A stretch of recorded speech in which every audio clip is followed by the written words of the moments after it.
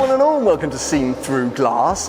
That is the brand new Alfa Romeo Giulia GTAm, a lightweight, hardcore, track-focused version of the Giulia Quadrifoglio. Now, if you're thinking, hold on a sec, a lightweight, track-focused version of a very good-looking four-door saloon car, why does that sound familiar? Well, of course it sounds familiar, because this car follows a very similar recipe to the Jaguar XE Project 8, a car I fell in love with last year. And you would think the fact that I obsess over most Italian cars, the minute this was revealed, I would have been freaking out. But weirdly, I didn't freak out. I would say that the Giulia Quadrifoglio is potentially the best looking and probably best performing saloon car on the market. When I saw this, I thought from some angles it looked like they'd taken that amazing Quadrifoglio and dragged it through Halford's backwards. It's a bit too max power for me. Also, Jaguar kind of proved that it's a very niche car, a sort of track-focused four-door saloon car. They really struggled to sell the Project 8, and in fact, they had to sort of do gimmicks like the Touring Edition and the Racing Series just to kind of get them out the door.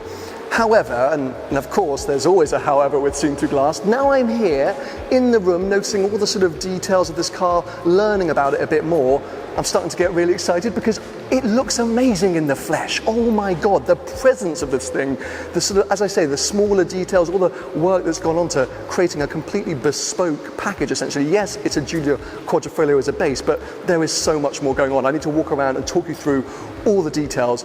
But I've also been thinking, and I feel like actually maybe Alfa have got a better shot of selling a car like this than Jaguar ever did, and I'll explain that after I talk you through this quite incredible GTAm.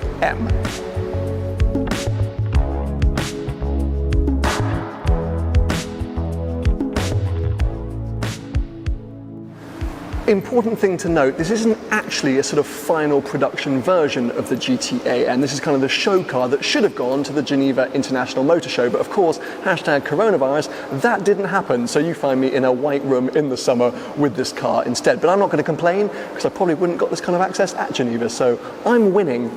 Anyway, let's kick things off at the front, because you'll kind of notice straight away that this thing looks very different from the front, and as you make your way back, it just gets even more extreme.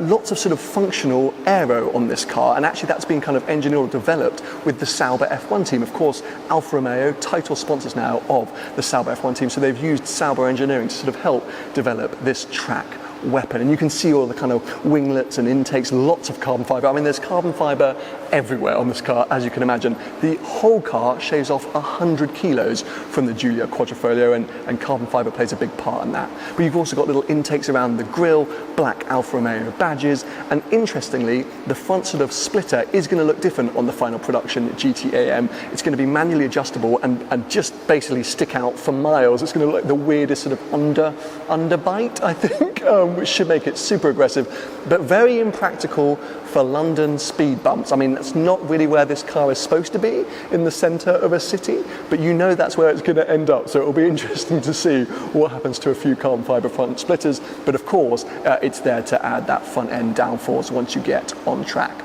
A lot of squatting down for me today. Now that I'm 30, I'm quite worried that I won't be able to get up after about the third take at this, but let's give it a go. I've moved around to the front wheel because you will notice the wheels on the GTAm are the first production centre lock wheels that Alfa has done. They look absolutely mega, and again, inherently kind of race car-esque. Behind those, huge carbon ceramic brakes, which of course come standard on the GTAm. I quite like this kind of additional sculpted sort of front fender because at the front and at the back, the track of the car has been widened by 50mm. When we get to the back, I'll show you how they've kind of incorporated that width slightly differently, but here it's very nice sculpture and kind of leads into that new front bumper, but I just can't get over how huge and amazing these wheels are. But talking about amazing, if I reposition myself slightly, and yep, that was one of my knees popping, I want to draw your attention to these two badges, because of course the GTA is a very iconic sort of badge or name within Alfa Romeo's history, and this car celebrates the 110th anniversary of Alfa. And back in the day, back in the 60s, when GTAs were being raced, they were being run by a team called Autodelta, and it's super nice to see that the Autodelta sticker or flag has been incorporated into this car. And I keep doing that because that's painted So is this, the Quadrifoglio badge, painted. It's these small levels which you might not think mean much, but actually do make this car really special, because it's that additional attention to detail that you don't always see from someone like Alfa. You kind of expect it maybe on a Ferrari, maybe on a McLaren, something like that. But yeah, that's big work and super cool to see. I've decided to stand up for this bit because I genuinely think I was giving myself arthritis with all that squatting. But anyway, let me bring your attention to the rear of the car. And I mentioned that wider track. Well, look how they've kind of, well, incorporated it back here. A big old bit of carbon fibre trim. And I love this because at the front, it's kind of incorporated, beautifully sculpted into the front of the car, so it's still elegant. Here it's like, no, we've made it wider, so to stick on a bit of trim to sort of house it into the car. And it just tells you that that's what they've done, and that's why I like it. It's a little bit RWB Porsche, which is maybe not what the designers want to hear, but yeah, it's no messing around. This car is clearly wide and purposeful, ready to go out on track and give you some pretty impressive lap times. Now, of course, we can't really stand back here and not talk about this, the rear wing, because I'll be honest, when the car was launched, this was the bit that I was sort of most questioning of. I thought the wing looked a bit weird, a bit holy, a bit sort of gimmicky, but actually no, here now, it's beautiful. It's kind of like a weird floating type sculpture. It doesn't look like any other rear wing that we've seen. No traditional struts holding up in the middle or the side. It's not the final production version. There will be some manually adjustable flaps that go on the back here so you can set up the car perfectly for each track. But yeah, weirdly, I actually think this is my favourite angle of the car. Actually, maybe side profile is my favourite, but back here you really start to sort of appreciate everything that's going on underneath the car, because whilst the front and rear track are wider, the back is just so wide. Like, honestly, standing here I can see how the car is essentially an arrow. Like, it just tucks in towards the front. Like, it gives you an idea of just how capable this thing is going to be at speed. Important thing to note with the GTAm is that you don't get any rear seats.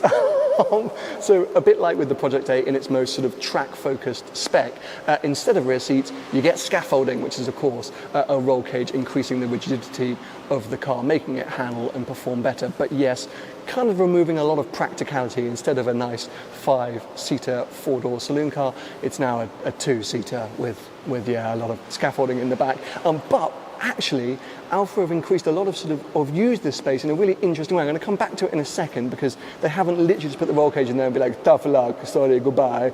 They've been clever, so we'll come back to that. But for now, I actually want to jump into the driver's seat because, firstly, look at how inviting is that. Let's get ourselves in. Ooh, these lovely carbon fibre racing seats with, of course, the full harness. Sort of bespoke interior here. We've got GTAm badging up there. Here is our limited numbers, by the way. I hadn't even mentioned that yet. Just 500 GTAs and GTAMs are going to be made. I probably should have mentioned that you can have just a GTA and not an M. Let's come back to that. But this badging is actually going to move, so it's going to sit here somewhere down there, sort of closer to the actual GTAm letters. You'll notice here on the door handles, they're now little ropey pulley things, a bit like with my Carrera T. Funnily enough, it looks a little bit pathetic actually. I mean, I know it's weight saving, but I would have liked them to be a bit bigger maybe, like it's like a little tiny little, ooh, look at me, I'm a little door handle. Anyway, apart from that, lots of model year 20 infotainment setup.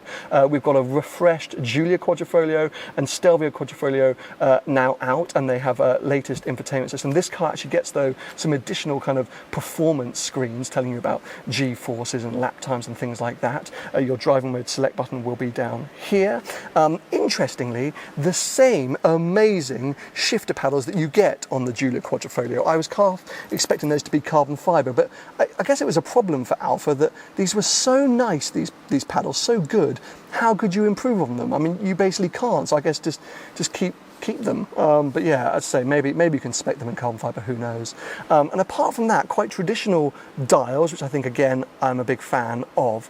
And there's not a lot else to tell you about in here, because it is just 2 carbon seats and then, well, yeah, the job of driving. But look, let me just come back out and I'll show you what I was talking about regards to the rear, because Alfa sort of realised that by taking away those rear seats, they were being pretty brutal on potential customers of a car that is, well, a bit expensive. So, of course, you've got the roll cage. You've also got your fire extinguisher in that kind of center console. And then here, I hope it's showing up, these are houses for helmets, because every GTAm customer will get a Bell helmet. And these are straps, so you can actually have your helmets in place, ready and raring to go whenever you stumble across a track, and then a very nice GTAm moniker up there. So I'm actually a fan of this, because where Project 8 got it wrong was they just kind of went, well, yeah, there you go, it's a roll cage, the car will perform better on track. But Alfa have gone, no, look, we get it, this isn't the sort of best way of giving you a four-door saloon car, so let's try and use the space, make it a little bit more functional. And so having that sort of bespoke helmet storage, I'm a big fan of. Now, there's not actually a lot to talk about when it comes to the engine, because the car uses the same 2.9 litre bi-turbo V6 that we found in the Giulia Quadrifoglio. They've reworked it slightly, so power is up about 30 horsepower to 540 horsepower in total. That's the same in the GTA or the GTAm.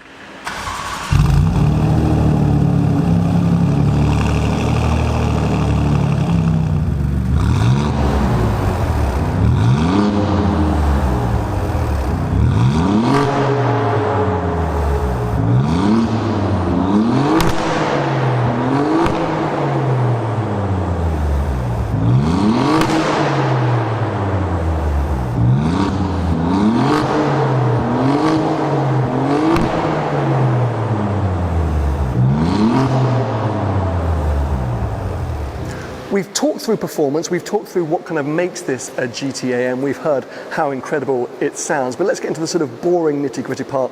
What happens if you want to buy one? Well, I did mention that you can also get a GTA, a non-GTAm. The M is modificato, it's the kind of top level spec that we're looking at here today.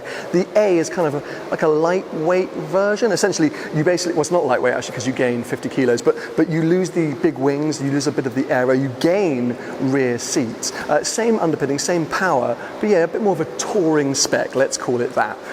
In my mind, if you're going to get a GTA, get the M, because this car is really all about Nürburgring lap times. And if you want to set the best Nürburgring lap time, then have the ultimate version. This thing just looks nuts. I think the GTA is essentially just a bit of a, well, just get a Quadrifoglio at that point, because pricing starts to play a point. Essentially, if you want this car, in terms of euros, you're looking at over 180,000.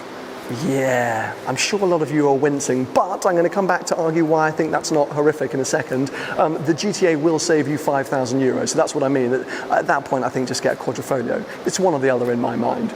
But why, like I mentioned at the beginning, do I think that Alfa might have more success selling this than Jaguar did with the Project 8? Well, a number of reasons. Of course, what they've actually achieved, what they've actually made, the engineering that's gone into it, but actually kind of over and above that, all the smaller details that firstly nod back towards their history and GTA history, which is very important, because don't forget, Alfisti, fans of Alfa Romeo, are very passionate, very knowledgeable and very protective, and they wouldn't allow Alfa Romeo to bring back that GTA badge and not do it properly, but also not kind of, you know, touch on important elements like this little Autodelta flag down here. That's just a really nice celebration of Alfa and the GTA. And then the thought about the helmets in the back, if you do have the roll cage, somewhere to hold them down. The car cover, the fact that if you get a GTAm, you also get a bespoke racing suit. You get experience days. It all just feels, well, no, I'm not going to say value for money, but it feels like you're getting a lot more than just a car which should be fantastic. A shame we're not driving it today, but as I mentioned, this is a show car, not a final production car. I can't wait to have a go in that one, because if you think how great the Giulia Quadrifoglio is, this is just a Giulia Quadrifoglio on steroids. It can only be amazing. So I just feel like they've got a good chance of Alfisti's getting carried away and wanting the ultimate Alfa Romeo. The fact that Alfa themselves don't make that many limited edition cars, looking back, the 8C was probably the last one, and the values of those are insane. It means that collectors are going to be all over it, and then I think passionate petrol heads are going to be all over it.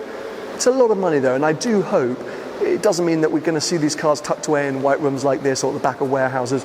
I want to see these cars out there being driven, because I think that's when they're going to look amazing. Just to note, this is a special colour for the GTAm. It's also available in, yes, green, oh my god, white, and then a load of heritage liveries. But I can't wait to see what people do with the looks of them, where they take them, where they post them. I just want to take this to like amazing scenic photo locations around the world. Like, can you just imagine this in New Zealand with a mountain and a lake, and oh, it's just going to look, it's real life Forza.